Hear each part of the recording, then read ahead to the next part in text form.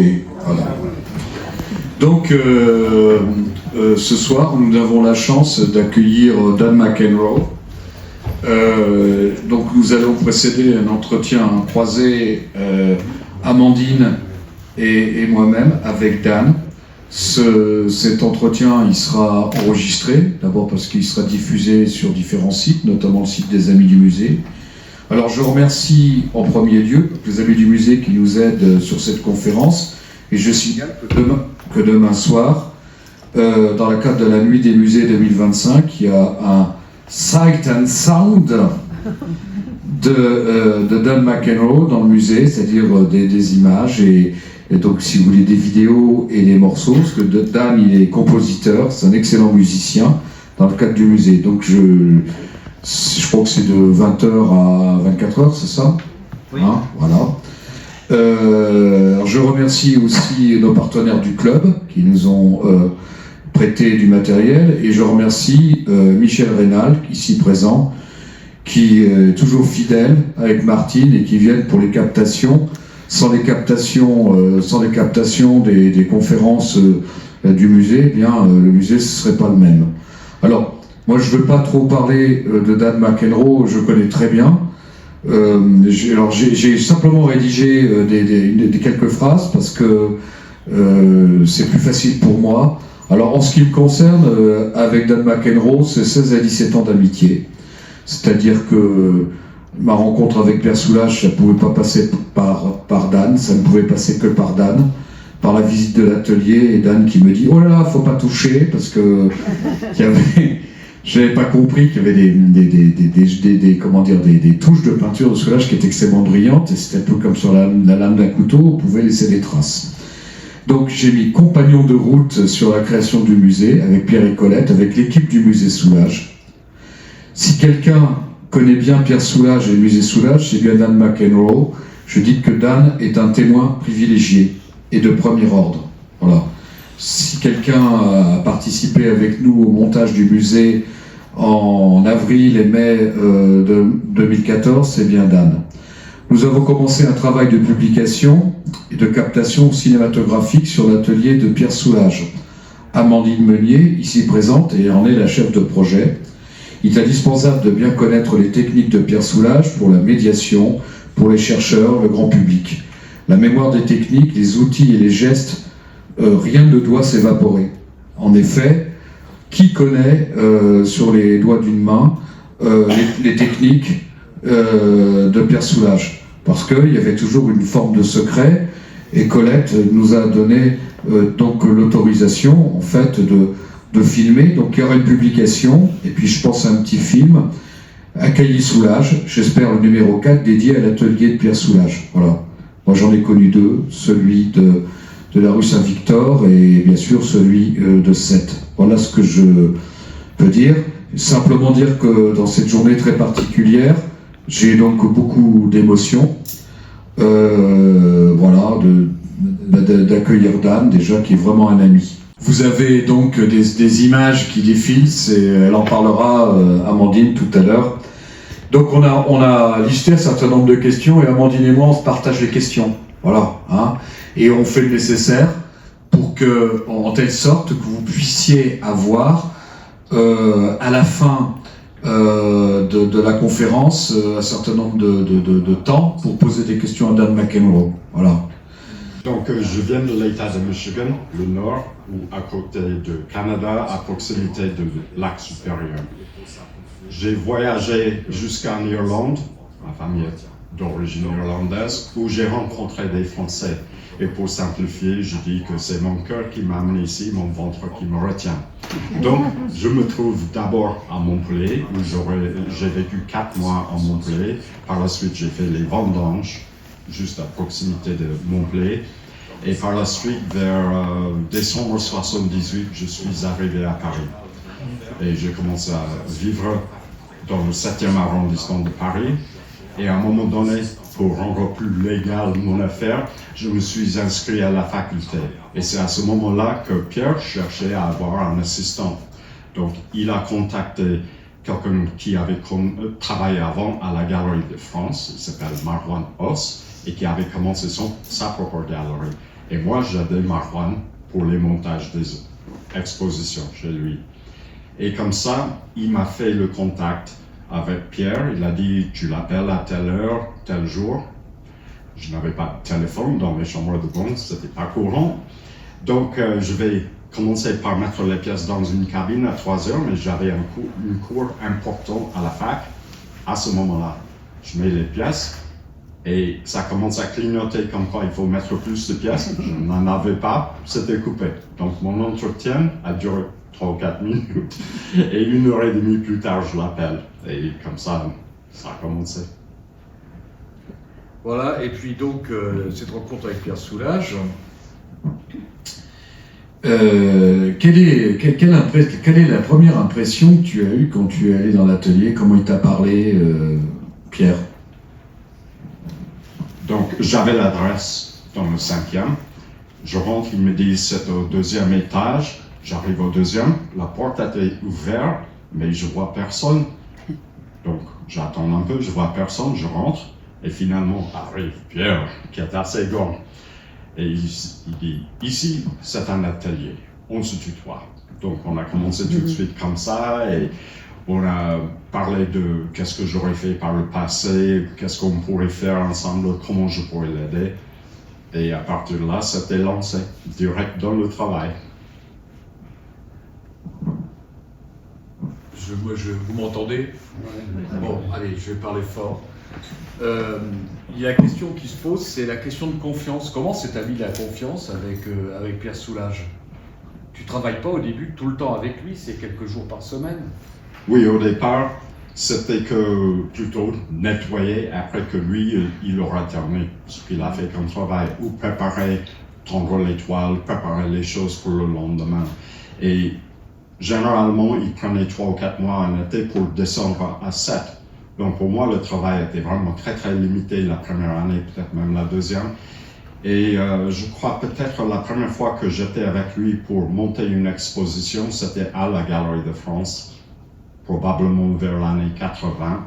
Mais à partir de là, au fur et à mesure, j'avais de plus en plus de travail technique dans l'atelier et j'allais avec lui pour presque toutes les grandes expositions. Et souvent, j'ai installé les expositions quand lui-même, il ne pouvait pas se déplacer, comme au Danemark, au Mexique et dans plusieurs d'autres pays où il n'avait pas le temps d'y aller. Je vais te demander une précision. Cette rencontre, elle s'est établie en 1983, c'est ça? Oui. Voilà, en 1983.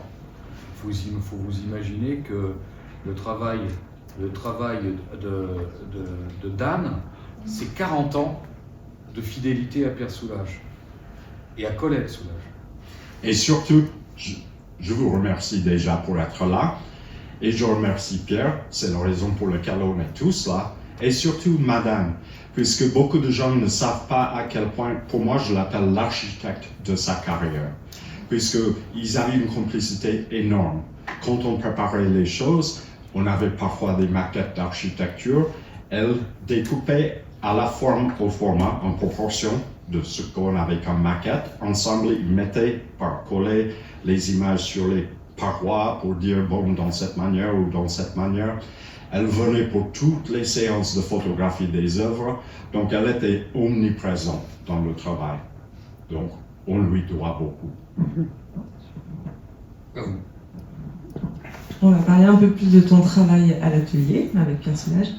Est-ce que tu peux nous raconter une journée de travail, par exemple avec Pierre Soulages? En quoi notamment consistait la préparation d'une toile?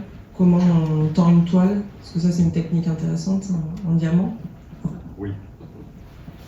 Oui, donc moi, j'avais beaucoup travaillé dans la construction des maisons ou la peinture en bâtiment aux États-Unis pour payer mes frais de faculté.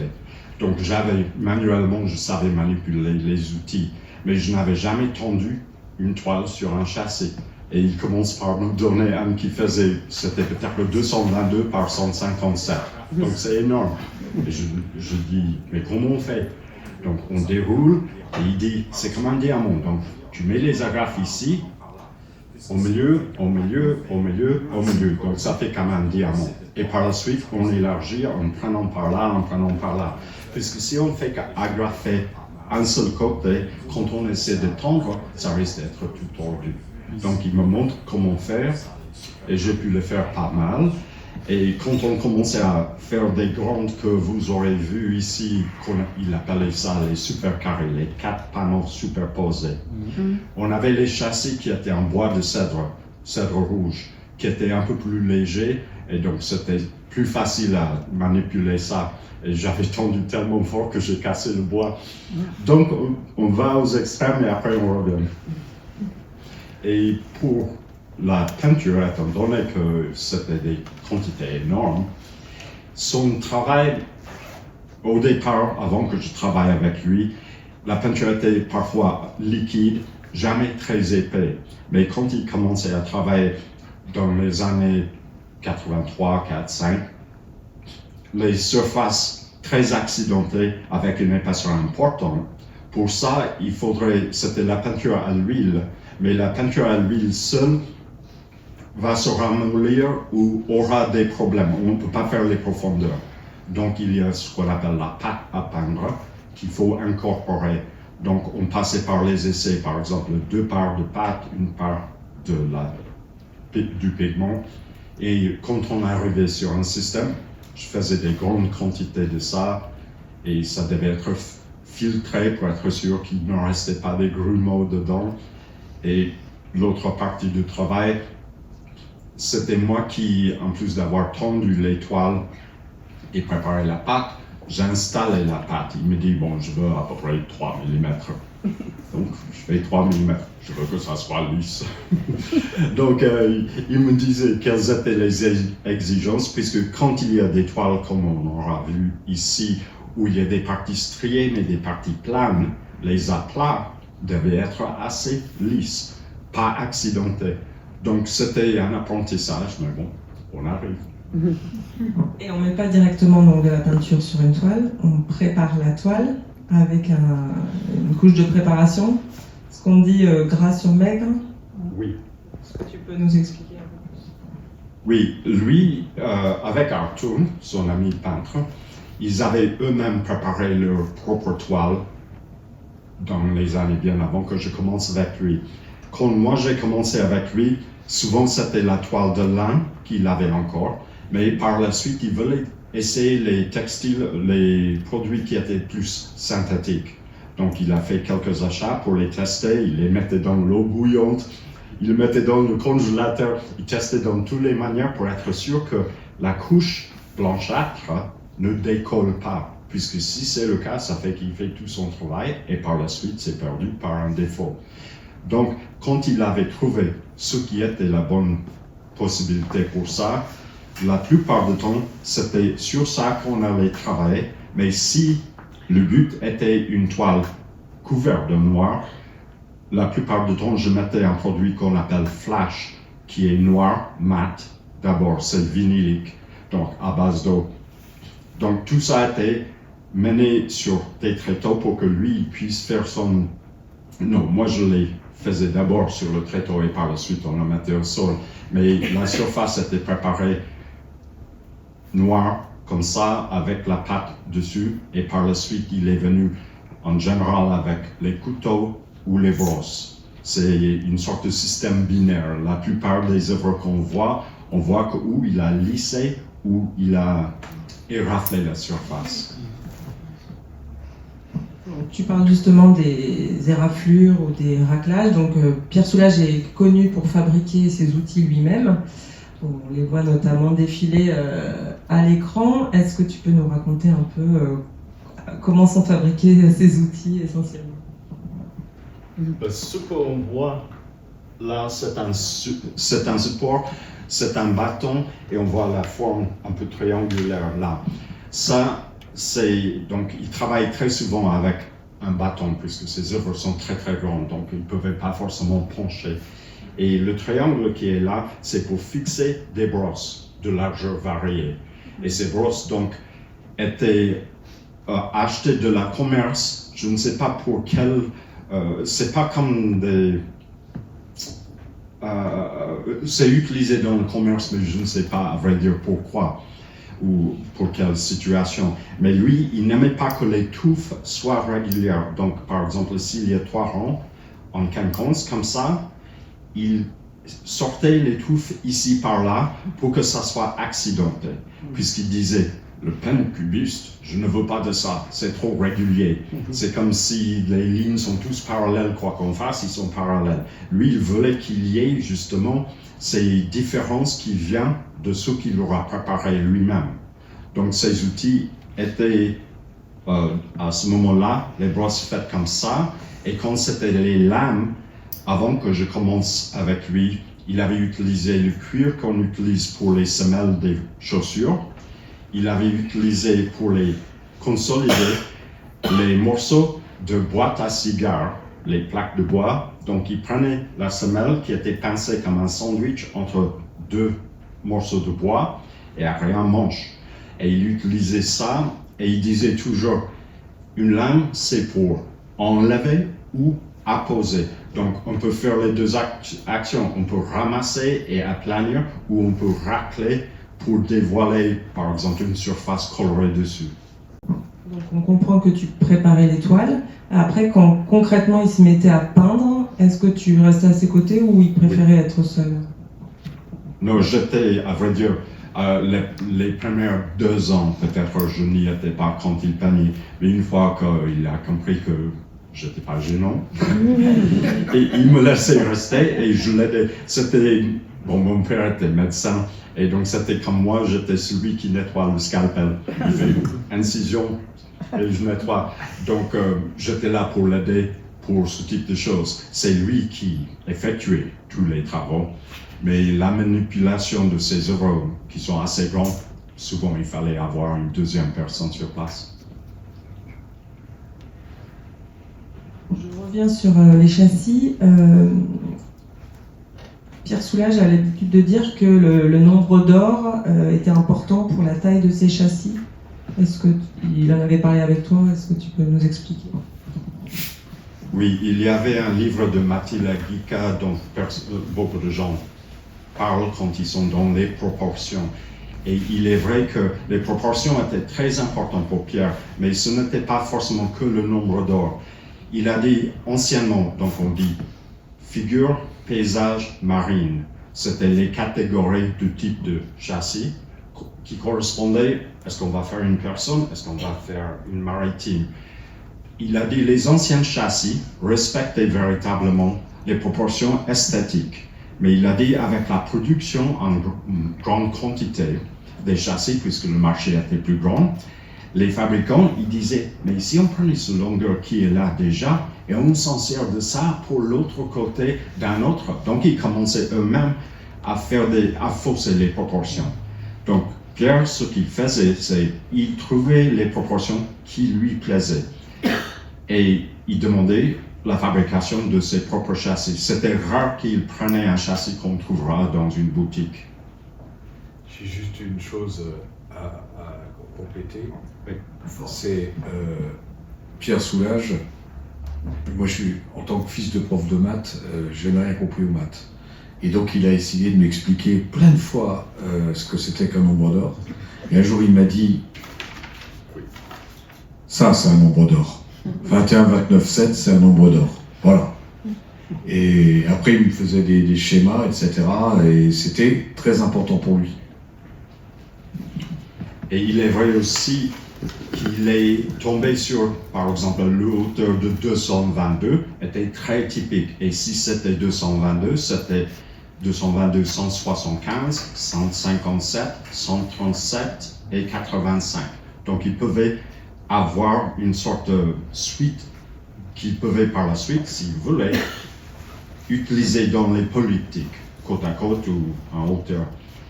Et après ça, il avait d'autres formats comme le 165, ou par contre, si on va en commerce, ça va être 162. Donc, il recherchait les proportions, et je crois que c'est largement pour ça que les Japonais qui ont l'œil pour ça, et les architectes, et les photographes aussi d'une certaine manière, mais les architectes, ils ont apprécié quasiment tout de suite, puisque eux, c'est ce qu'ils font, c'est les proportions. Et c'est moins évident pour quelqu'un. Moi, j'ai parlé avec les jeunes artistes à l'époque, quand j'étais jeune, et j'ai dit comment Pierre faisait les choses. Et il disait, oh, moi je prends un châssis et je fais mon œuvre. Donc oui, ça c'est un peu Van Gogh comme style, brusque, mais c'est pas forcément bon pour faire une évolution. Là, on a à l'écran une planche de bois. Est-ce que tu peux nous expliquer à quoi elle servait, qui était glissée sous la toile avant de mettre le châssis? Voilà. Oui, la partie ici qui est du médium. Donc on voit le châssis et on voit le châssis et donc pour le châssis en général il y a des entretoises. Et Pierre, quand il travaille, il a la toile qui est tendue.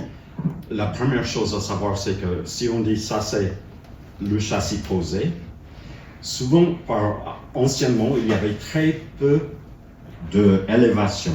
Et donc la toile, quand elle était tendue, elle était très près, à vrai dire, du bois qui est derrière. Pierre voulait, il appelait ça les alaises, il mettait 45 mm de hauteur pour faire que quand la toile elle est tendue, s'il appuie fortement pour réussir ce qu'il fait, ça n'allait pas toucher les entretoises qui sont derrière.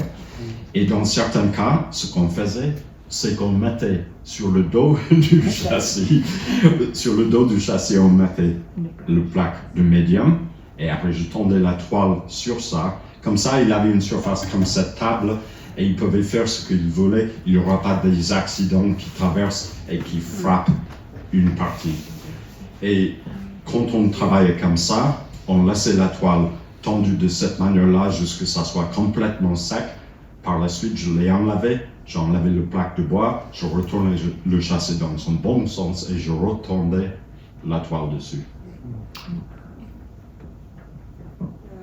Pour ceux qui connaissent un peu le musée, on a dans la salle 5 une peinture outre noire, mais qui a également du blanc. Donc cette toile est faite avec la technique de la jupe. Est-ce que tu peux nous expliquer, s'il te plaît? Donc Pierre a travaillé, comme je disais au départ, beaucoup. Dans les premières années, il avait la peinture liquide, assez liquide. Et depuis que j'ai commencé avec lui, c'était plutôt cette pâte un peu visqueuse. Mais il avait cette idée pour la toile en question. Est-ce qu'on a l'image de la toile? C'est une toile comme un zèbre, on pourrait dire, avec donc les parties accidentées comme ça, avec des fontes blanches qui apparaissent. Et pour celui-là, voilà. Donc pour celui-là, ce qu'il voulait faire... D'accord. Donc, il voulait arriver à voir l'éclat de lumière qui vient de derrière. Et pour ça, on a fait, je crois que c'était un acryl cette fois-ci. Donc, on a fait le mélange plus liquide. Et il voulait cet accident tout le long. Donc, on a pris un bâton un peu long comme ça, on a fait comme la lettre T, la partie basse un peu plus épaisse et une partie comme une poignée pour qu'on puisse la manipuler. Et suspendu de la partie basse, il y avait une matière qui n'était pas une jupe, mais presque. Donc une matière un peu agrafée, mais un peu n'importe comment. C'était pas à rechercher une forme précise, c'était pour que ça soit justement accidenté. Et comme ça, dans un tube, demi-tube dans lequel on avait la peinture, ils pouvaient le tremper dedans et par la suite impressionner la surface. Et c'est ça qui laissait ces traces accidentées. En 2004, Pierre Soulages passe à la peinture acrylique. Avant, il travaillait exclusivement avec la peinture à l'huile. Est-ce que tu penses que ce changement de technique a influencé son art? C'était une évolution où il avait remarqué que le problème, même quand on utilise la pâte à peindre avec la peinture à l'huile, si on va trop loin dans les épaisseurs qu'il cherchait à faire pour avoir plus d'effet de lumière, la peinture va prendre une surface. Il ne dit pas que ça sèche, il dit ça prend comme du ciment. Donc, on aura l'épaisseur de la peinture à l'huile, ça prend une surface et peut-être un peu derrière par la toile, mais à l'intérieur, c'est encore un mouvement. Et peut-être après 6 mois ou après un certain moment, on pourrait avoir des fissures qui apparaissent par les tensions. Donc, il avait bien compris qu'avec l'acrylique, on a nettement moins ce problème. Donc, on pouvait arriver presque à la même chose en utilisant une pâte spécifique pour la peinture acrylique. Et il pouvait faire des surfaces beaucoup plus accidentées avec beaucoup plus de relief. Mais moi, il y a 2 faiblesses avec ça. Un, c'est qu'il faut le travailler rapidement, puisque la prise de ça est plus rapide. La peinture à l'huile, à la rigueur, il peut le travailler quelques heures s'il faut. Et si c'est pas réussi, on peut toujours le racler, la récupérer et réemployer plus tard. Mais la peinture acrylique va prendre très rapidement. Donc ça, c'est assez gênant comme contrainte. Et l'autre chose, c'est que l'odeur de la peinture à l'huile de lin, c'est agréable. L'odeur de la peinture acrylique ne l'est pas. Est-ce que tu l'as assisté également pour son travail sur les peintures sur papier, sachant que les peintures sur papier demandent beaucoup moins de préparation, notamment il n'y a pas de préparation du support. Donc est-ce que tu l'aidais là-dessus? Non, en général, ça, avec le bourreau de noix ou d'autres matériaux, la plupart du temps, ils faisaient ça souvent à 7. Donc, c'était presque une sorte de règle que les grands formats étaient faits à Paris, puisque souvent, ça partait de Paris pour aller dans tel ou tel endroit. Et à 7, ils faisaient souvent les papiers avec le bourreau de noix ou d'autres matériaux. Et moi, si je l'ai aidé, c'était découper les formats qu'il voulait, préparer ça, ou quand il allait faire le choix pour tel ou tel expo, on les manipulait, il disait celui-là c'est bon, celui-là non, etc. Mais ça, il faisait quasiment seul, puisque c'est plus facile.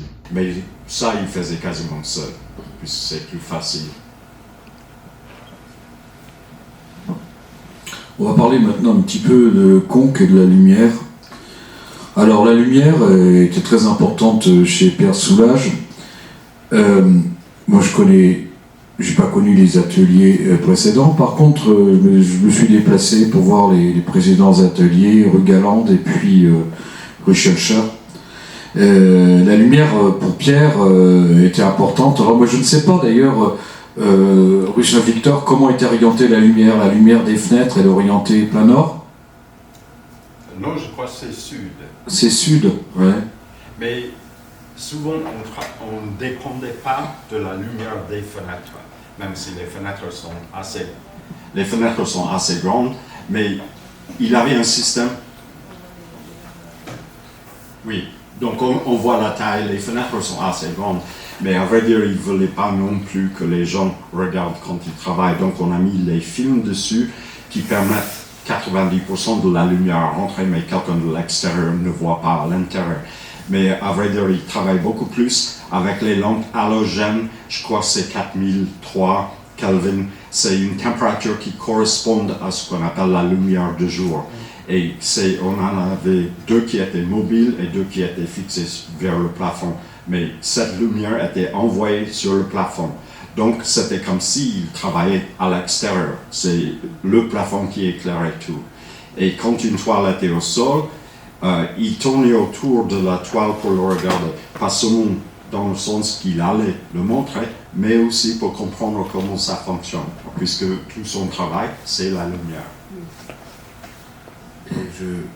J'ai toujours été fasciné de voir que quand tu travaillais avec Pierre, moi la première fois où je suis allé dans l'atelier de Pierre, c'était en octobre 2008, il y avait comme une espèce de chorégraphie avec la lumière que tu faisais pour que Pierre dise oui, la lumière c'est bien, la lumière c'est pas bien. Oui, et pour les séances de photographie, comme j'avais dit tout à l'heure, Madame Soulages était là pour surveiller les prises de photos, puisque la lumière est très importante. Pierre n'aimait pas du tout venir pour les séances de photos, puisqu'il sait que son travail n'est pas statique. Son travail, c'est le mouvement. Donc ça l'agaçait. Mais il savait aussi qu'on ne peut pas faire un catalogue sans photo. Et donc la lumière était très importante. Mais dans les musées, par exemple à Beijing, quand on y était, le musée, on dirait qu'il n'y avait même presque pas de lumière, en quelque sorte par rapport à ce qu'on trouve en Europe à l'époque de toute manière. Mais c'était largement suffisant, puisque ce qui était important, c'est un peu l'égalité de la lumière. Et quand on a des grandes surfaces, il faut surtout éviter qu'il y ait des spots qui donnent trop de luminosité à une partie de la toile, donc qui déséquilibre la toile. Alors, cette importance de la lumière. Le papier craft était plié avec des macules de soulage et que tu pliais et que tu déposais sur le trottoir. Les gens ne savaient pas ce que c'était. Et il y a ça, donc explique-moi combien la fréquence du changement de ces papiers, et puis cette fameuse caisse en carton un peu bizarre qu'on a trouvée, nous, dans toutes les photographies de Claude Gassian.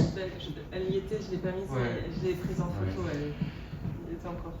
Bon, étant donné qu'il travaillait au sol, ça veut dire que parfois, donc, il a la superficie sur laquelle il travaille et la brosse peut-être elle va la traverser et finalement toucher le sol.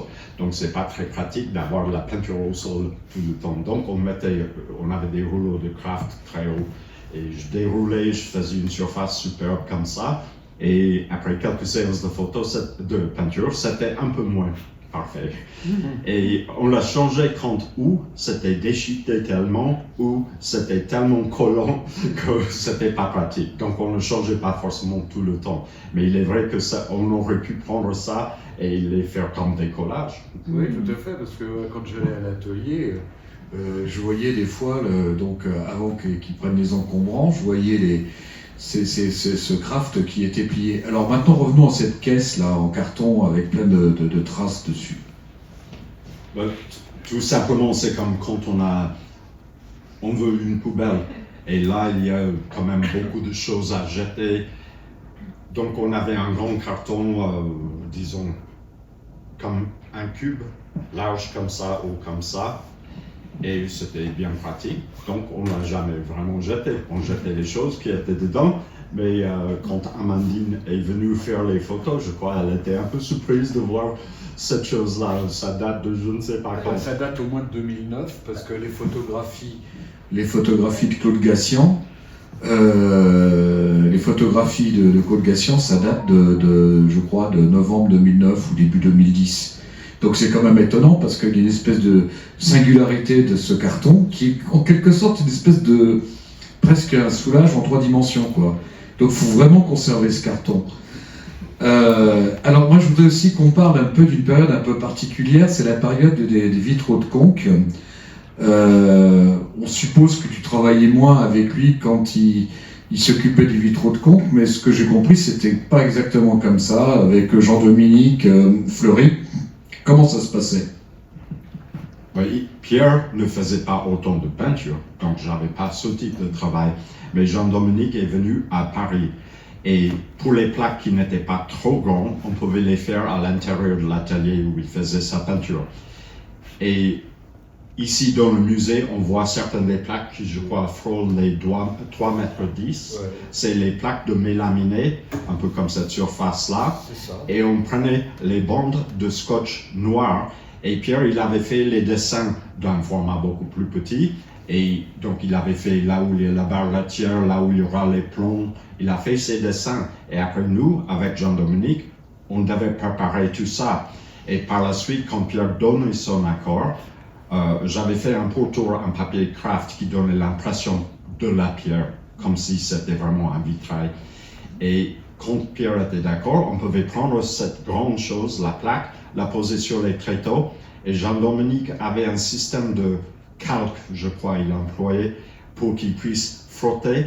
Et là où il y avait les bandes de scotch qui représentaient les plombs, ça lui donnait les largeurs qu'on voulait et les courbes dont il avait besoin de préparer les plombs qu'il allait utiliser pour monter. Donc tout ça, et on a travaillé largement ensemble pour ça. Un point aussi qui m'intéresse, c'est que c'est par rapport à la musique. Moi j'ai beaucoup parlais de musique avec Pierre Soulages, donc il me parlait du jazz, il me parlait de Perrotin-le-Grand, de Guillaume de Machaut, etc. Et il n'y avait jamais de musique dans l'atelier. Non, et à vrai dire, je ne l'ai jamais vu assis en train d'écouter de la musique, ni dans sa maison, ni à l'atelier, mais jamais à l'atelier, ça c'est certain. Et il me parlait quasiment jamais de ça, sauf pour me taquiner en disant « On dit que les oiseaux chantent, mais il n'y a aucun animal qui fait de la peinture. » Bon, étant musicien, ça m'a blessé. Et comment ça se passait ces journées de travail? Tu t'étais jamais sans rien faire, il y avait toujours des choses à faire pendant que Pierre faisait quelque chose. Comme j'avais dit avant, quand il est dans l'activité avec une toile assez grande, donc que ce soit le pinceau où il racle, moi j'aurais tout préparé, mais il racle. Après, je devais racler le pinceau pour enlever la masse qu'il avait enlevée pour qu'il puisse réattaquer. Donc il y avait une activité comme ça. D'abord, disons 45 minutes à 1 heure pour préparer la toile avant que Pierre commence à travailler. J'étais là avec lui pendant qu'il travaillait et après, il fallait nettoyer, donc je faisais la vaisselle après.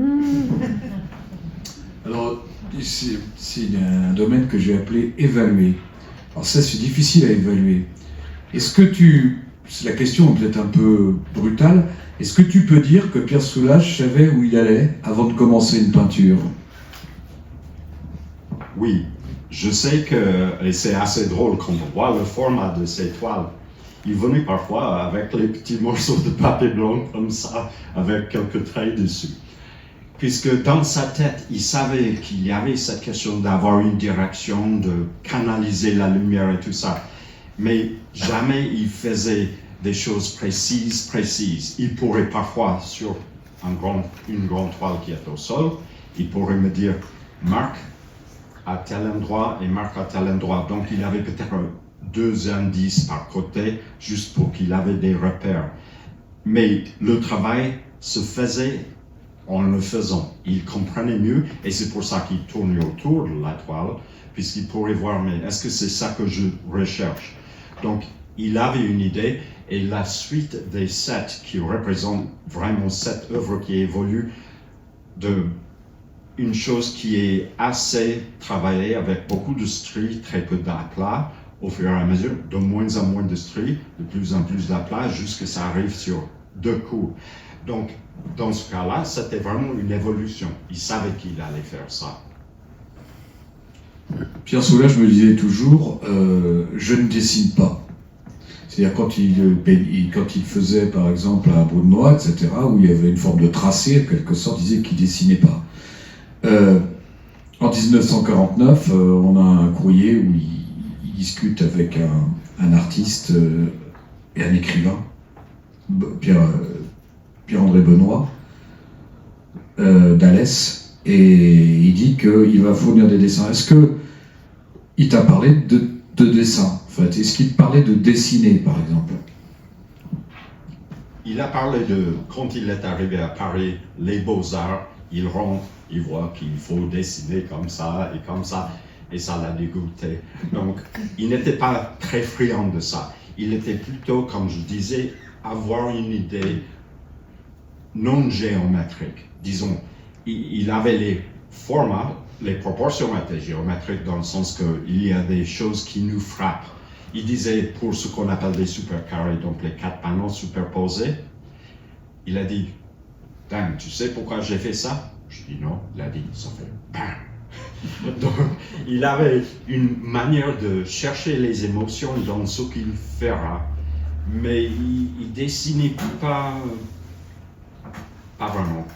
Je crois quand il était très jeune, les œuvres de sa jeunesse, où il a fait les choses, les champs, les arbres, peut-être il avait dessiné à ce moment-là, mais pas tellement pour la période où on le connaît.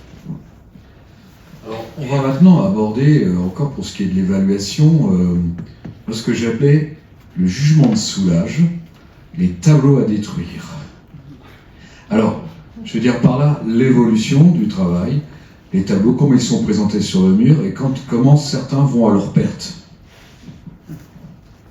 Le plus grand, littéralement, représentant de ça, les polyptyques, qu'il appelait les supercarrés, se nomment A, B, C, il n'y a pas de D, E, F, jusque J, je crois. Et la D, c'était donc le même format, 3,24 par 3,62, 4 panneaux.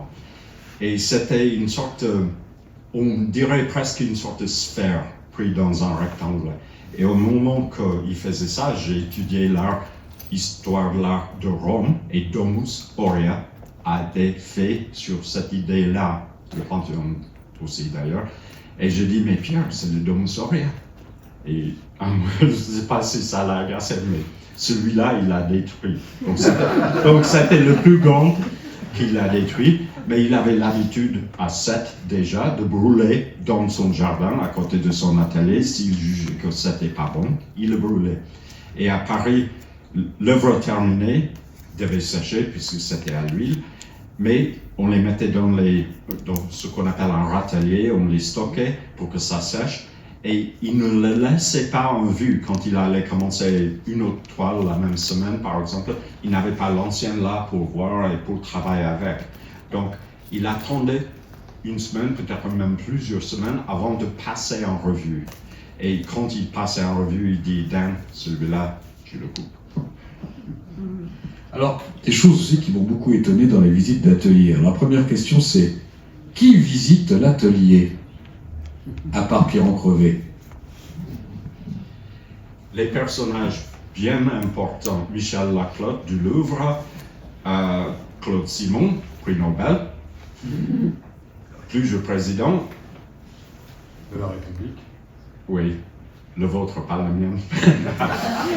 La chance. Et de ça, j'ai une petite histoire, pas mal. Quand il y avait, donc, Sarkozy était venu 2 fois, je crois. Une fois avec Carla. Donc il y a Pierre qui est au milieu, Sarkozy qui est ici, Carla qui est ici. Et moi, donc j'étais devant pour montrer les toiles. Et quand il s'agissait des toiles qui sont avec des brosses qui sont accidentées, dont j'ai parlé, elle dit, mais Pierre, comment tu fais ça? Comment vous faites ça? Et Pierre, il commence à parler, il dit, Dan, amène la brosse. Donc il lui montre ce que j'avais dit tout à l'heure, les rangées de touffes où ils avaient... D'accord? Exactement. Et on voit les trous que ça fait, puisqu'il a enlevé les touffes. Et elle disait, ah, ça me rappelle quand Keith m'a dit qu'il fallait enlever une des cordes de la guitare, le jeu mieux. Elle faisait référence à Keith Richards of the Rolling Stones. Donc, et ça, je suis sûr que ni Pierre ni Nicolas comprenaient de quoi elle parlait.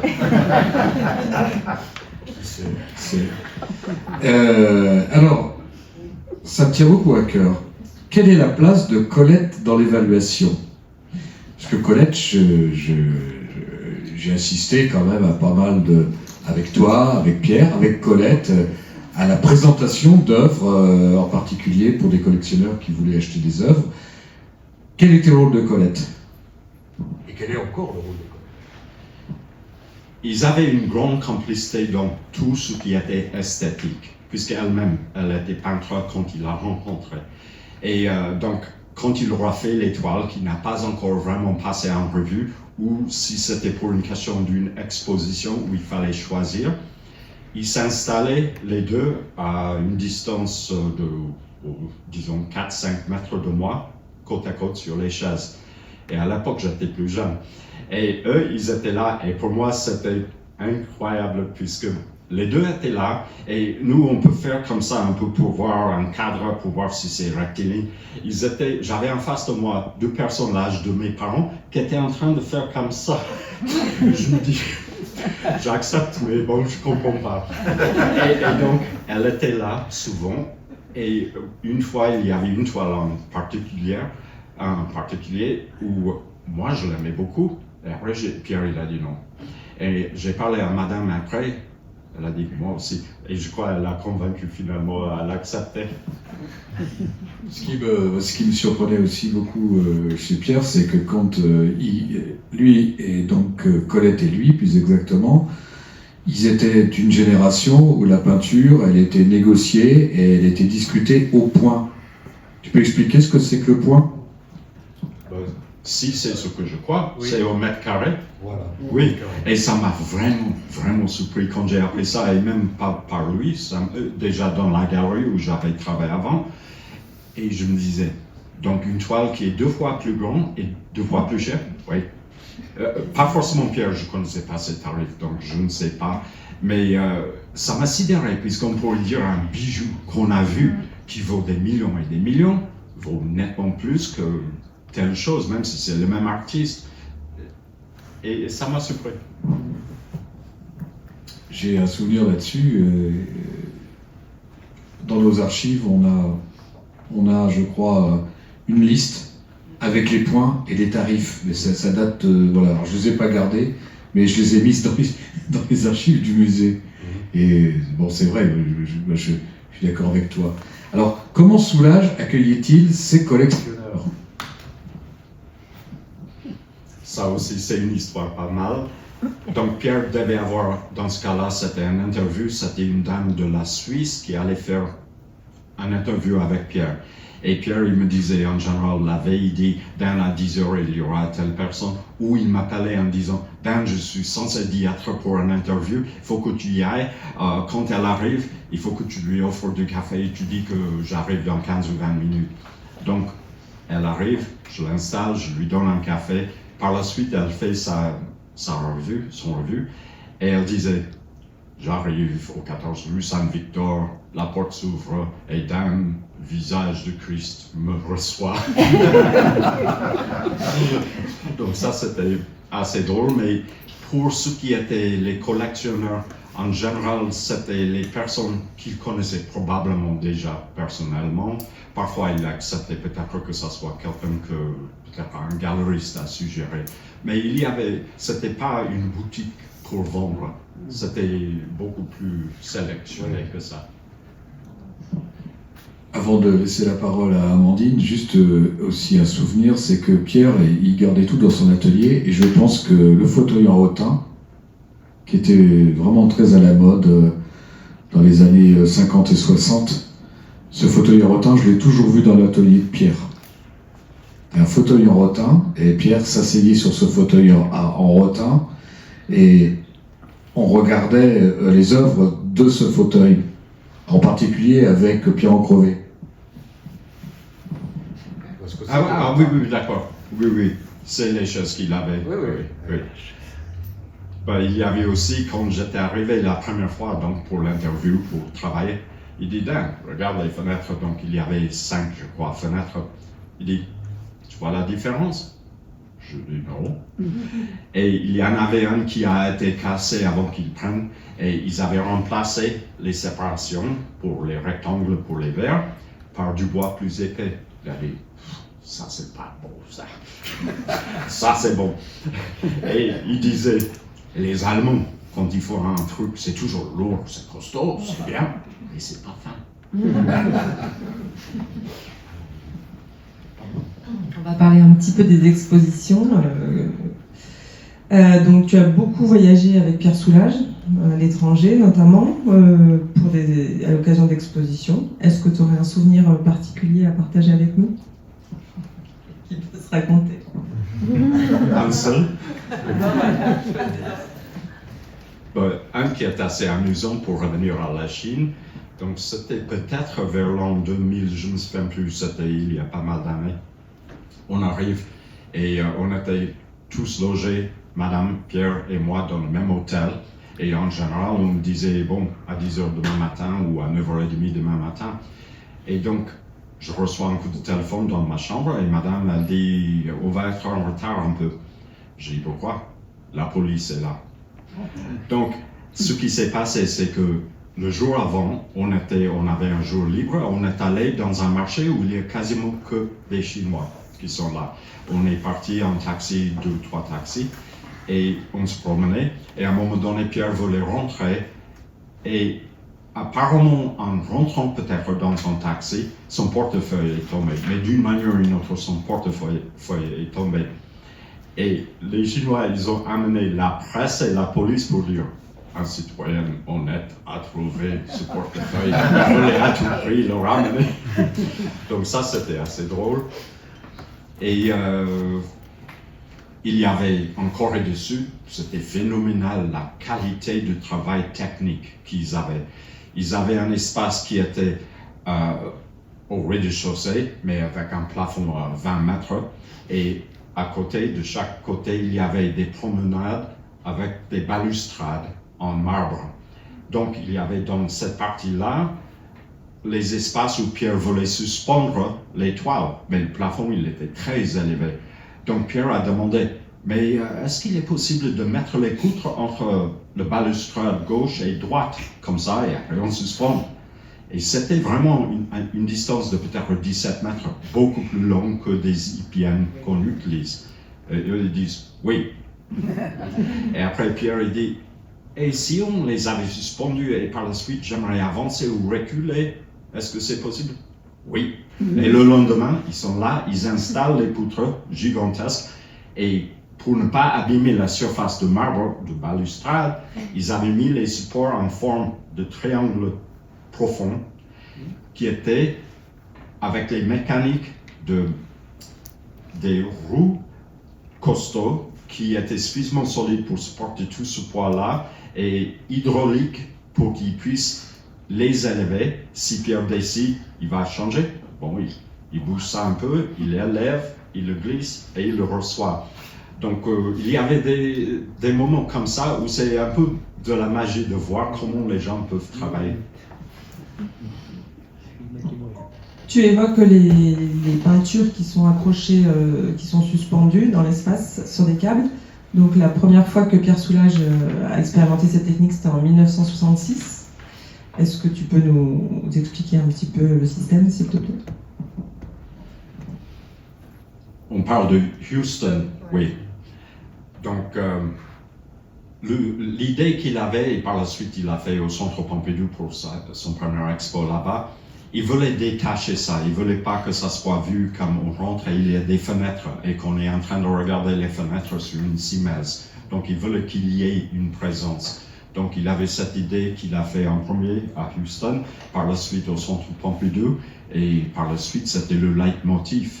Il y avait au Louvre, je crois la première fois quand c'était les rétables, je crois ils appelaient cette exposition, où ils avaient depuis le Moyen-Âge jusqu'à nos jours. Polyptyque. Ah, c'était ça? Ouais, polyptyque. Oui, et ça je crois c'était suspendu. Et donc tant qu'il pouvait, si ça avait un sens, il le faisait.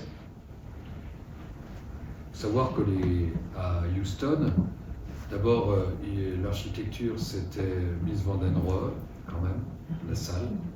Et puis, ce que Pierre voulait, c'était quelque chose de très léger, donc c'était des fils à pêche en fait, c'était des fils de nylon transparents, Houston, c'était ça.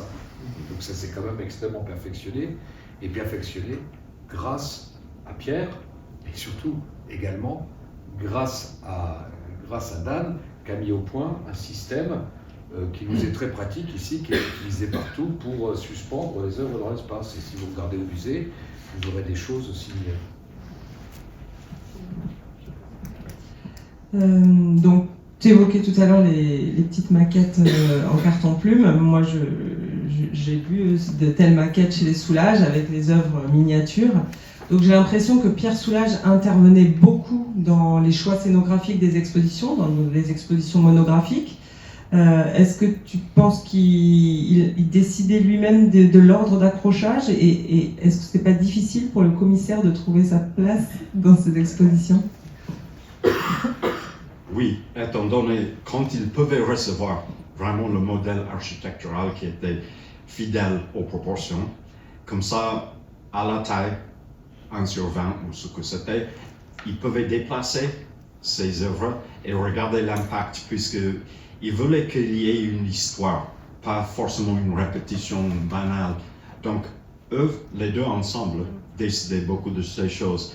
Mais par contre, quand j'étais à Copenhague, je crois que c'était, oui, à Copenhague, le bâtiment était un musée très moderne, je crois l'architecte était vietnamien, il me semble, et elle avait fait, il y avait une cimes, une des plus grandes, qui commençait avec une hauteur, bon, vu de où vous êtes, ça commençait à cette hauteur-là, mais ça descendait un angle comme ça, et après, ça revenait avec un angle.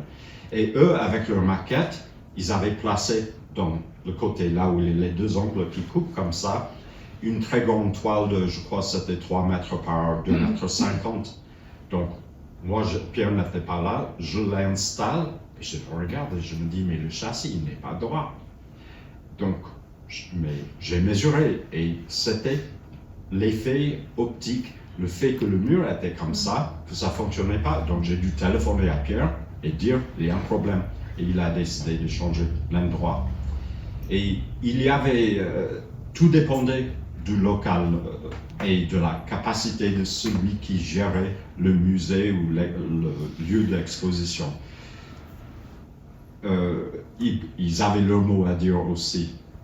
Et une autre petite anecdote, quand Pierre allait faire une exposition à Londres, et c'était en plein hiver, et Madame Soulage voulait voir le local, Pierre, il ne voulait pas y aller. Donc elle dit, Dan, on va prendre le North Star, je crois que ça s'appelle. Donc, on prend le train le matin, et l'idée c'était, on passe la journée et on prend le train de retour à 18h.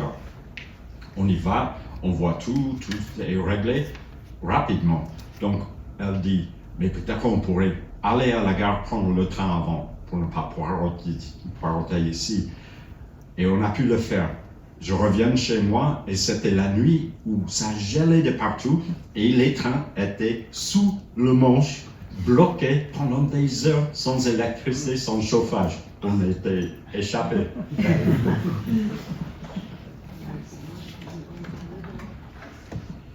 Moi, juste pour parler de l'accrochage, Moi, je pense qu'il y a un accrochage Soulage qui est Soulage lui-même qui vous accroche. Donc, pour être simple, c'est que quand on travaille avec Soulage, Amandine, elle peut témoigner, évidemment, Dan, Pierre avait vraiment l'idée de quelque chose d'assez précis.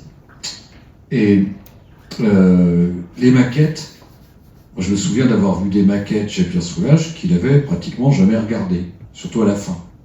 Parce que, en fait, moi j'avais le sentiment, surtout quand il venait aussi au musée, Soulage s'intéressait plus à l'espace, à l'élévation. il voulait voir les choses. C'était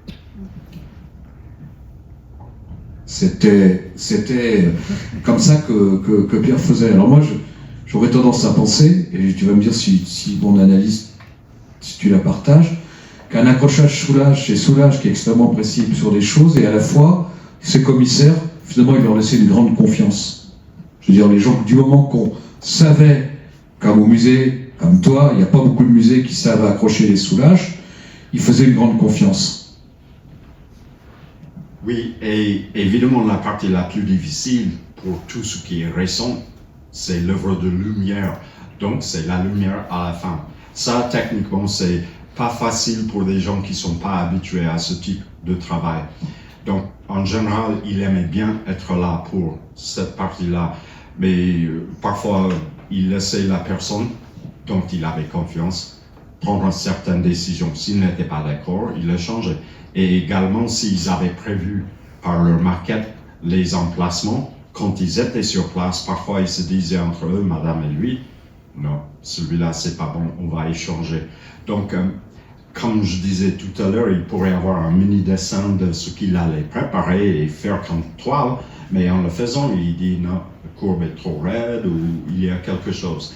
Donc, il était dans le présent pendant l'accrochage autant que pendant le travail de peinture.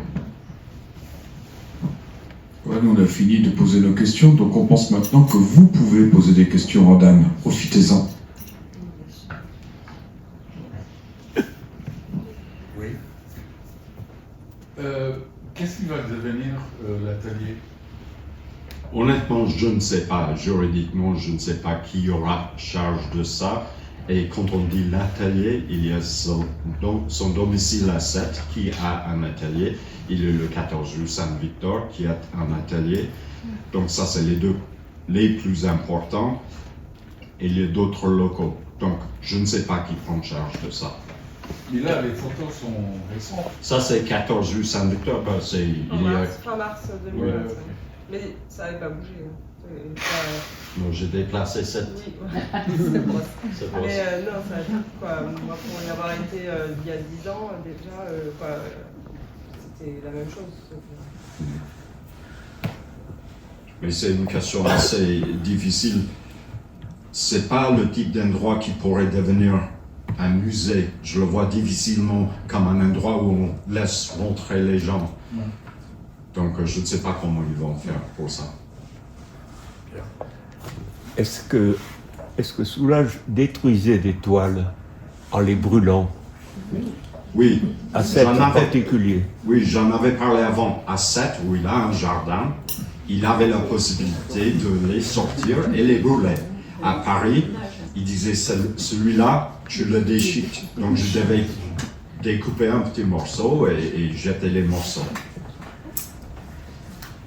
Je peux apporter juste une précision. À 7, il y a l'endroit où Pierre peint. Quand on va vers la gauche et vers la porte, il y a une salle. Donc quand il y a une œuvre qui gagne de la première salle à la deuxième salle, c'est pas forcément bon signe. Et après, elle se rapproche de plus en plus de la porte. Et là, c'est vraiment très mauvais signe. Et après, il y a un brasero, parce que si mon souvenir est bon, il y a un brasero, mais il y a aussi une sorte de petite cheminée qui est long d'un mur. Et là, tout est brûlé. Voilà. Et de mémoire, je crois que quand l'exposition a été faite en 2009 de Pierre Soulages, donc l'exposition au Centre Pompidou, je pense que Soulages a brûlé une vingtaine de toiles. Est-ce qu'il y a d'autres questions? Est-ce que dans les derniers tableaux qu'il a pu faire, notamment pour l'expo du Louvre, physiquement, il était quand même assez costaud pour pouvoir manier ces outils qui sont quand même physiques. Moi, disons, il a plutôt commencé à vivre et travailler à Sète pour ces dernières années. Donc, je ne peux pas parler directement de Sète les dernières 2 ans, par exemple. Mais moi, j'étais une fois à Sète quand il travaillait, et ça se voyait, il ne pouvait pas rester debout aussi longtemps qu'avant. Avant, c'est comme un joueur de rugby, il est très très massif et costaud, donc il ne sentait pas la fatigue. Mais avec des années, il avait 100 ans. Donc à la fin, il est vrai qu'il avait un peu moins la possibilité. Je peux juste ajouter une chose. J'étais à Sète au moment où ça s'est fait, c'était en 2019. Pierre préparait des œuvres pour l'exposition du musée du Louvre, et moi j'étais avec Martinez, le président directeur conservateur du musée du Louvre, et puis un autre conservateur qui s'appelle Sébastien Allard. Et Pierre Soulages faisait ses œuvres qui font 3,80 m. Vous les avez vues ici parce qu'on les a présentées il y a 2 ans. Et à un moment donné, il y a des photos de ça. Pierre, donc faut imaginer, c'était en 2019, il avait quasiment 100 ans, il allait avoir 100 ans. Il prend les œuvres et il les manipule lui-même sur le mur, qui fait à peine 4 mètres. Et là, on a eu honte de le laisser faire, quoi. C'était Pierre, en tant que peintre, il avait le contrôle sur ses œuvres, donc les manipuler, les montrer, etc. Donc c'est vrai que j'ai rarement vu un homme avec une telle énergie, quoi. Il avait 100 ans quand même. Donc ça c'est fou. Alors, j'imagine que c'était évidemment pareil jusqu'à la fin, donc dans son atelier de la rue Saint-Victor. J'aurais aimé que ça soit le cas. Non, il avait l'énergie, mais en général, surtout quand il avait les invités, c'est moi qui manipulais tout, c'était évident, puisqu'il ne pouvait pas parler avec eux tranquillement et en même temps se promener avec l'étoile. Donc, il est vrai que beaucoup de main-d'œuvre lourde comme ça, c'est moi qui le faisais. Mais aussi, parfois, il était impatient, donc il voulait tout de suite bouger quelque chose, et il le faisait.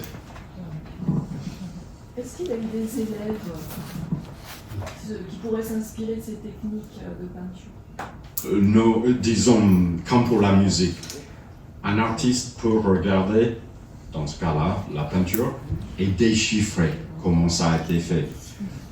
Mais on ne capte pas l'esprit. Donc, et Pierre lui-même n'enseignait pas. Peut-être qu'il parlait à un ou deux les jeunes artistes à un moment donné en disant ce que vous faites est bien, peut-être qu'il faut faire autre chose. Mais moi, j'en ai quasiment jamais vu quelqu'un sur place pour apprendre de lui. Jamais, d'ailleurs. Est-ce que tu étais là lorsque Jean-Michel Maurice a fait le film sur Pierre? Les premiers, c'était en 79, vers là qu'il les a fait. J'étais pas encore là. Donc, j'en ai vu 2 films de lui et je crois que c'était avant moi. Moi, j'ai commencé en 83.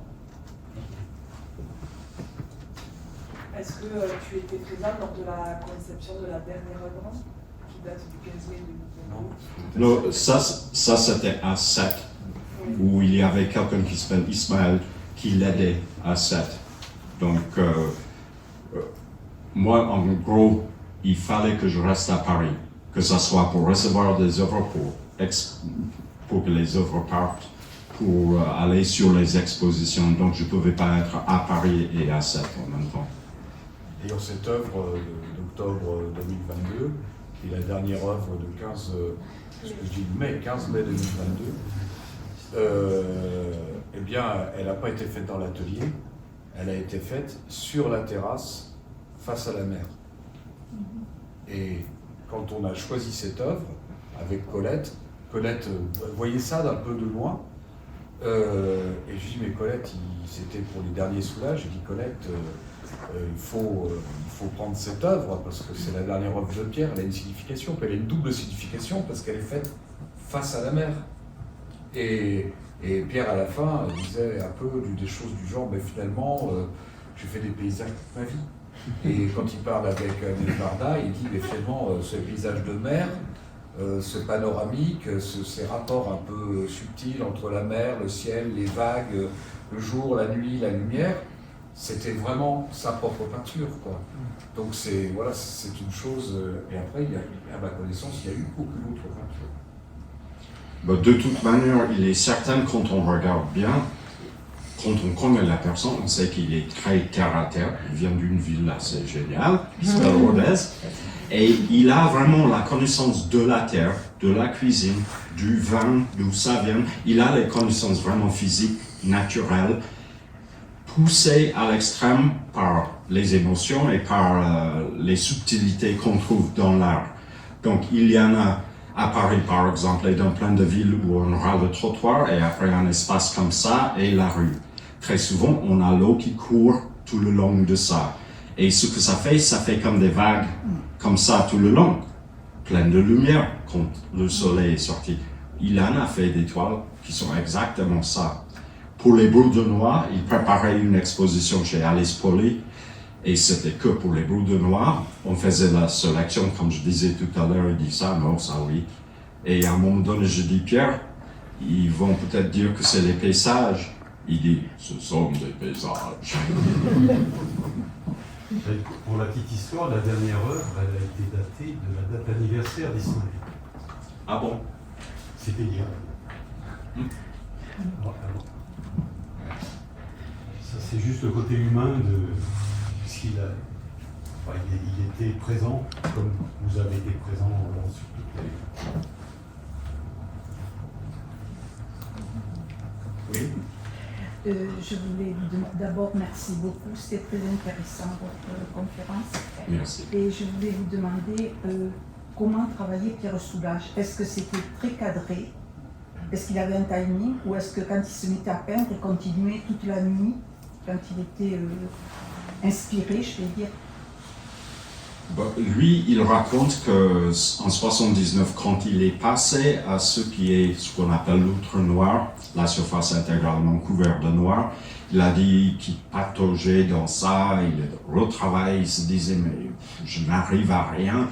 Et je crois qu'il s'est éloigné un peu et après il dit mais si j'y travaille autant, il y a forcément quelque chose. Donc ça c'était avant que je commence avec lui. Et pour ces anciennes époque des années 50, 60, etc. Je n'y étais pas, mais je crois peut-être qu'il travaille le soir parfois. Mais quand moi j'étais avec lui de 83, grosso modo il y a 2 ans, il aimait bien travailler les samedis et dimanches, qui ne m'arrangeait pas beaucoup. Étant donné qu'il adorait le rugby, moi je dis, le vendredi, il dit, donc demain on se retrouve à 3h. Je dis, Pierre, C'est Irlande-France demain. D'accord. Mais il avait tendance, parfois si c'était un travail d'un politique, plusieurs parties, il pourrait faire peut-être 2 parties dans une journée. Et dans ce cas-là, c'était un travail le matin, un repos, et un repos à 3 heures par exemple. Mais c'était vraiment assez rare qu'on travaille après 7 ou 8 heures du soir.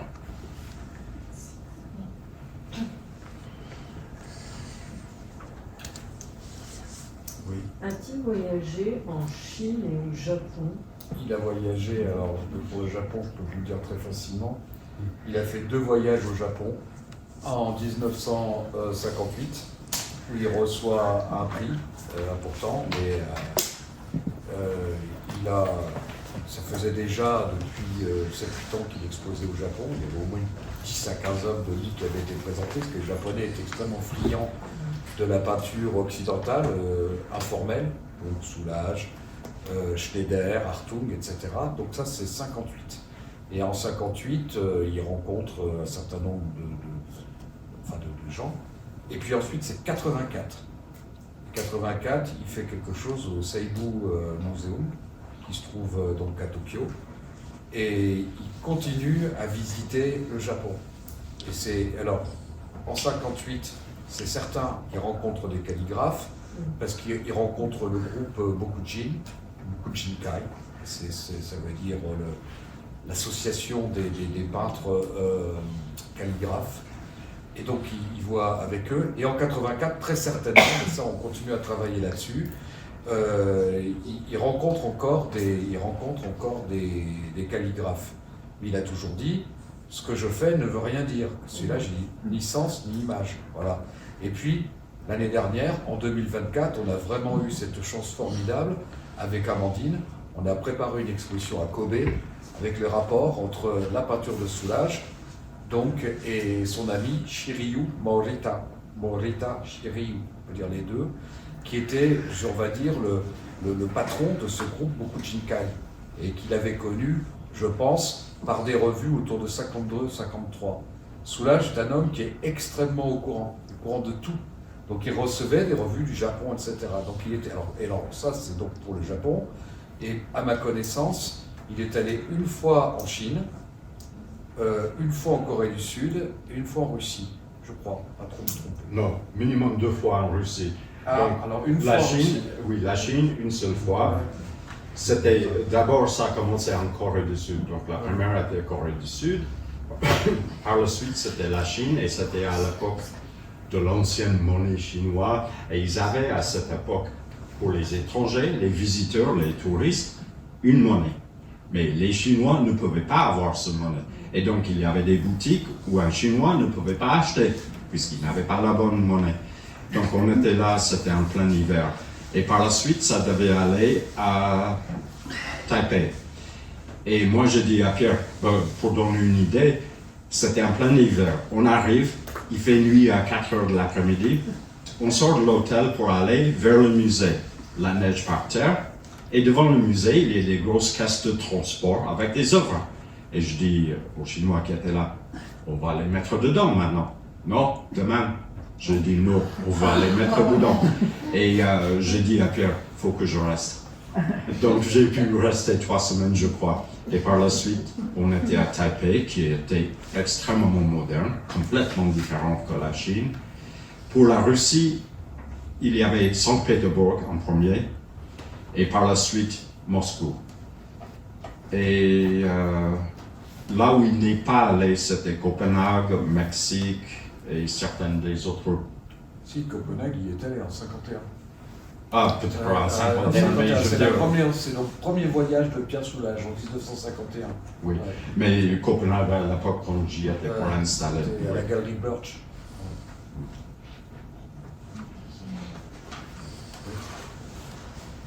J'ai du mal parfois à saisir l'équilibre de la façon dont on travaille entre la spontanéité et par moments comme un souci du détail quand même très réfléchi.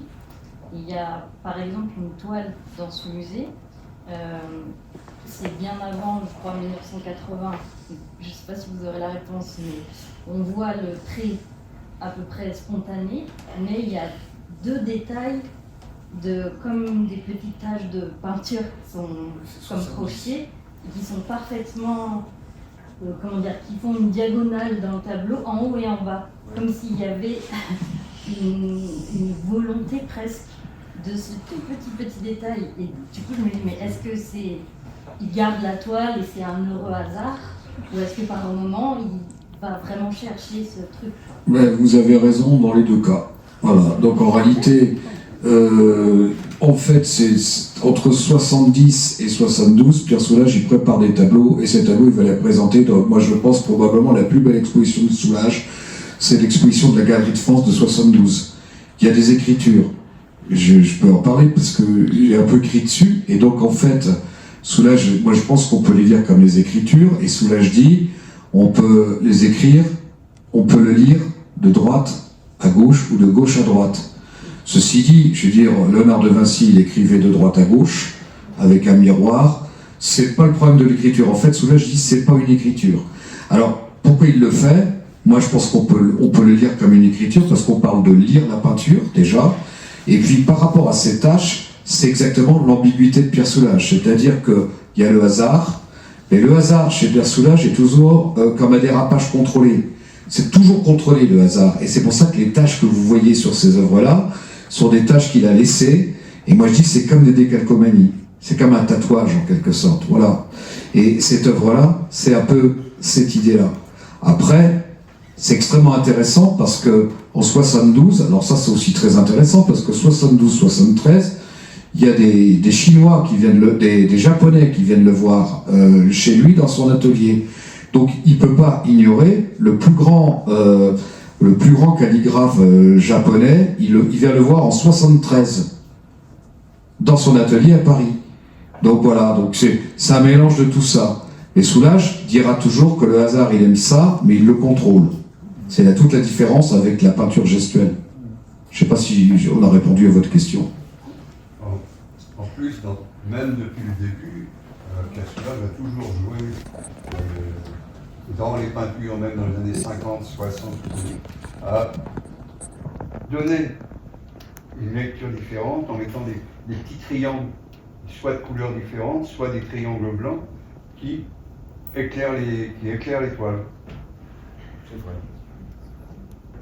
Et donc, je pense que c'est beaucoup plus travaillé, beaucoup plus pensé, il n'y a pas de hasard quelque part. Du hasard contrôlé. Madame. Dans ce dérapage un peu contrôlé, en fait, dans ce hasard, est-ce que... Pas mal contrôlé.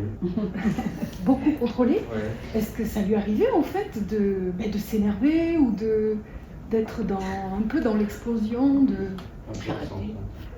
dans cette histoire, des fois, de ratage, où hop, ça part à la poubelle? Est-ce que... Non, en général, au moins, quand j'ai commencé avec lui, peut-être avant, il était plus costaud dans ses émotions. Mais en général, il savait. Et parfois, donc, surtout avec la peinture à l'huile, comme je disais avant, on peut le travailler pendant un bon moment. Et si c'est pas réussi, il me disait parfois, ben, tu le racles. Donc, ça veut dire qu'il n'arrivait pas à faire ce qu'il voulait. Il voulait plus travailler ou sur cette idée ou sur cette toile. Et donc, on le raclait. Ou, comme je disais aussi, s'il n'aimait pas, après 2-3 semaines, il voit la chose, il dit non, c'est pas bon. Dans ce cas-là, on le détruisait. Mais moi, je voyais pas la frustration abrupte comme ça, non. Oui, beaucoup de contrôle, en fait. Oui, Moi, oui, puisque... Pierre, d'abord, ce que je dirais, une chose très simple qui s'applique à nous tous, qui ne s'est jamais énervé. Et alors quand on crée quelque chose, on s'énerve. Que l'on fasse du bricolage, ou qu'on fasse de la peinture, ou qu'on écrive un texte. Donc Pierre avait, je pense, un tempérament à la fois très généreux et très dur. C'est-à-dire qu'en fait, dur pour lui, autant qu'il était pour les autres. Moi, personnellement, je l'ai eu des fois, mais des choses qui n'avaient aucun rapport avec la manière dont il créait, parce que moi, personnellement, je ne l'ai jamais vu en train de créer, sauf une fois, en effet, où je le voyais qu'il battait de la matière, c'était un peu comme de la cuisine, il battait de la matière un petit peu à 7, donc quel intérêt de regarder genre sur Sébastien Bach, écrire je veux dire, composer une sonate ou je sais pas quoi, je veux dire, ou une suite, ça n'a aucun intérêt. Mais il était, je crois qu'il était impatient. Ça, c'est peut-être un terme qui convient. Mais moi, j'ai jamais eu, comme tout à chacun, il pouvait voilà, se fâcher. Mais moi, j'ai jamais entendu parler qu'il s'était fâché avec ses peintures. Non, il prenait la décision. La chose fonctionne ou ça ne fonctionne pas. C'est plutôt comme ça. J'ai une dernière. Oui, allez-y. Quel serait le souvenir le plus poignant que vous gardez dans cet atelier avec lui? Il y en a de trop. Il y en a peut-être un qui... Non. Bah, peut-être une fois, mais c'est pas très bien de le dire. C'est que, donc, comme je disais avant, il y a le papier au sol, puisque souvent la peinture à l'huile, ça glissait d'à côté. Et une fois, on était en train de faire une toile quand même d'assez grande superficie, et je suis tombé dedans. Donc ça m'a marqué littéralement. Et peut-être le jour où il a révélé le loutre noir, puisque dans la légende on dit que... C'est un peu... c'est pas une légende, mais c'est... Oui, non, mais... C'est pas une légende, bien sûr, mais... C'est pas tout à fait ça, enfin on n'était pas là. Oui. Moi, j'ai un souvenir juste tout bête. C'est un jour, pendant qu'il venait travailler sur le musée ici, avec Colette et avec Mohamed, c'est un personnage très important, et mon épouse. Et on va à Conques, donc Colette, Pierre, donc notre petit attelage. Il faisait, vous savez qu'en Aveyron il fait jamais froid, ça devait être au mois de décembre, janvier, ça caillait, c'était affreux. Et donc avec Colette et Pierre, on se promène à l'intérieur comme ça de Conques. Et Pierre, il aimait bien ça, il aimait beaucoup voir comment ça se passait à Conques. Et à un moment donné, il y a une sorte de petite rampe en bois comme ça. À un moment donné, Pierre tombe sur Colette. Et il roule boule comme ça en bas du truc. Alors il faut imaginer quand même qu'il y avait quand même pratiquement en E2 190 ans, quoi. Quelque chose comme ça, quoi. Donc c'était quand même assez impressionnant. Et puis finalement, il se passe rien. C'est-à-dire qu'ils se relèvent tous les deux. Parce que moi, dans ma tête, je me dis, ah, c'est fini le musée Soulages. Et juste après, Pierre s'assied et en bas d'un pilier, puis il dit, c'est quand même pas mal celui qui a fait ça. Qu'est-ce que vous en pensez? Il y avait des gens qui étaient des visiteurs qui n'avaient jamais vu Pierre Soulages de leur vie, ne savaient pas qui était ce vieux monsieur assis en bas d'un pilier, et moi ça m'avait beaucoup touché en fait. Et c'était, voilà, c'était de très bons souvenirs, et puis surtout des souvenirs vivants, et puis vous savez, les gens finalement sont beaucoup plus accessibles, les gens de grande valeur sont très accessibles. Les gens qui ne sont pas du tout accessibles ou qui se croient pas du tout accessibles, on peut se poser des questions sur leur valeur. Voilà. Et ça s'applique à tous les niveaux de la création, de la pensée et de la science. Est-ce que depuis qu'il ne crée plus, vous pensez qu'il va y avoir une chute de la peinture noire acrylique chez nous? Une chute de ça? Bah, c'est que, en gros, j'ai du mal à projeter la quantité de peinture que ça a représenté d'accueillir dans l'atelier. Il est vrai que peut-être le noir d'ivoire va faire faillite s'il s'arrête sur nos étagères, c'est possible. Mais après, comme Dan l'expliquait, il mélangeait avec la pâte à peindre pour donner la matière. Donc c'était pas exclusivement de la peinture. Mais quand on parlait tout à l'heure de la poubelle en carton incrustée de noir, j'ai un pantalon là-bas qui était mon pantalon de travail. Je peux le poser pour il y a plus, je dirais, de croûte sur mon pantalon de travail. Merci.